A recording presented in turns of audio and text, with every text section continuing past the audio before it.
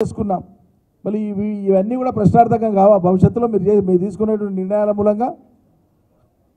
అందువల్ల కేంద్రం ఖచ్చితంగా స్పందించి ట్రిబ్యునల్ 6 మాసాల లోపల తీర్పు ఇచ్చేటువంటి విధంగా ఒకవైపు ఉద్యమాన్ని బలోపేతం చేస్తాం, ఉద్యమానికి శ్రీకారం చుట్టి దీన్ని బలోపేతం చేస్తాం ప్రజాక్షేత్రంలో. రెండో వైపు అటు కేంద్రం మీద ఇటు రాష్ట్ర ప్రభుత్వం మీద తీవ్రమైనటువంటి ఒత్తిడి పెడతాం. ఈ తెలంగాణ ప్రజల జీవనమరణ సమస్య, ఇది రాజకీయ ఉద్దేశాలు లేవు ఇక్కడ ఎవరికి కూడాను.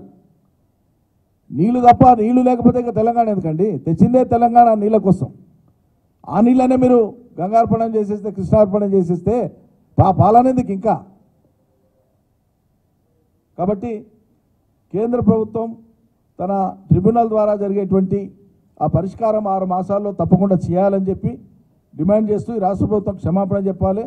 అదేవిధంగా ఇప్పటికైనా భేషజాలకు పోకుండా రాజకీయాల కోణంలో ఆలోచించకుండా తెలంగాణ ప్రజల ప్రయోజనం నిజంగా మీకు పడితే 9.5 ఏళ్ల కాలం పాటు పరిపాలన చేసినటువంటి పార్టీ అలా ప్రతిపక్షంలో ఉంది, బాధ్యత గల ప్రతిపక్షంలో ఉంది. అలా తిండి గింజలు కరువైన నాటి నుంచి అలా దేశానికి అన్నబెట్టే స్థితికి తెలంగాణను తెచ్చినటువంటి బాధ్యత పోషించింది కేసీఆర్ ప్రభుత్వం. భేషజం ఎందుకు మీకు? కూర్చోబెట్టి మాట్లాడొచ్చు కదా, అందరిని పిలిచి మాట్లాడొచ్చు కదా, ఈ సమస్య ఉంది ఏం చేద్దాం, ఎట్లా ముందుకు పోదామని మాట్లాడొచ్చు కదా. ఆ పని చేయకుండా గత ముఖ్యమంత్రిని, గత పరిపాలనను తిట్టడమే అజెండాగా పెట్టుకొని మొదలు సాగుతారా మీరు? నీళ్ళ గురించి మాట్లాడమంటే, నీళ్ళ హక్కును కాపాడమంటే? అందుకోసమే రేపు 13వ తారీఖు నాడు నల్గొండలో ఒక భారీ బహిరంగ సభ ద్వారా ఈ అంశాన్ని ప్రజల్లోకి బలంగా తీసుకొని పోవడానికి శ్రీకారం చుడుతున్నాం. ఈ ఒత్తిడిని పెంచుతాం, ఈ ఉద్యమాన్ని మరింత తీవ్రతరం చేస్తాం, ఖచ్చితంగా ముందుకు సాగుతాం. Thank you.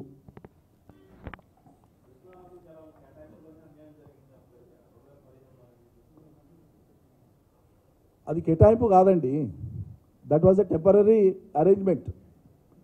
మేము ఏడాది లోపలనే ఫైనల్ అడ్జుడికేషన్ చేస్తాము.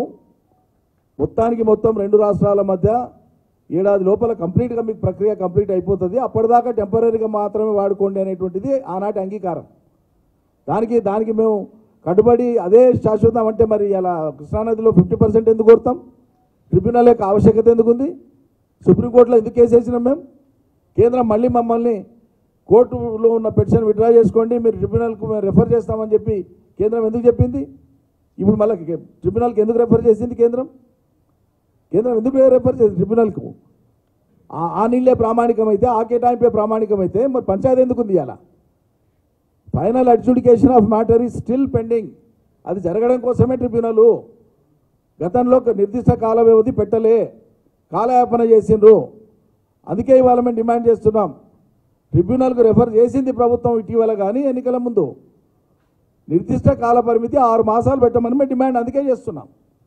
రేపు తేల్చని ట్రిబ్యునల్ తెలంగాణకి ఎంత ఉందో, ఆంధ్రకి ఎంత ఉందో నీళ్లు. బ్రిజేష్ కుమార్ ట్రిబ్యునల్ ఇంతకుముందు ఇచ్చిన ఫైండింగ్స్ ఉన్నాయి కదా. గతంలో ఇచ్చినటువంటి అలొకేషన్స్ 75% డిపెండబిలిటీ మీద తీసుకున్నారు గతంలో. తర్వాతి కాలంలో దాన్ని 65% డిపెండబిలిటీకి బ్రిజేష్ కుమార్ ట్రిబ్యునల్ తీసుకుంది. ఆ లెక్కన తీసుకున్నప్పుడు కృష్ణానది నీళ్లలో గతంలో నిర్దేశించిన 811 కంటే ఇలా 1080 టీఎంసీల నీళ్లు వస్తాయి. ఆ 1080 టీఎంసీల నీళ్లు తెలంగాణ ఆంధ్ర మధ్యలో పంపకం జరిగితే 540 టీఎంసీల నీళ్లు తెలంగాణకు